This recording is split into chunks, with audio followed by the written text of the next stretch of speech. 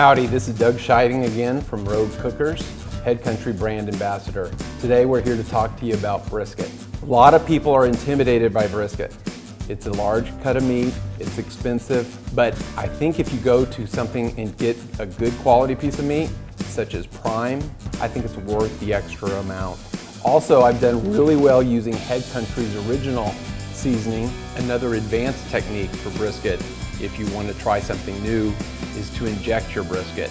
You can try something simple using like beef broth and inject that into your brisket. First key is to cook the brisket or smoke the brisket or however you're going to do it. Basically unwrapped, get a lot of smoke on it as much as you can. You'll cook it to about 160 internal temperature, fat up or fat down. You always put the fat side towards the meat. It acts as an insulator. I wrap in foil. And the reason I wrap in foil is I like to get the black au jus, the liquid gold as I call it.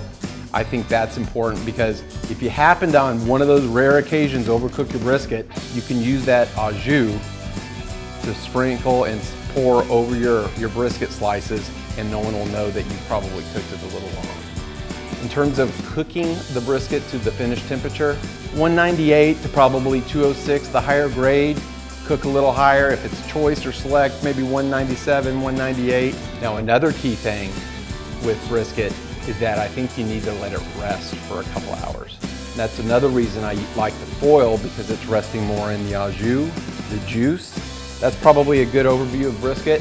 I hope you have better luck the next time and good luck at your next backyard barbecue competition.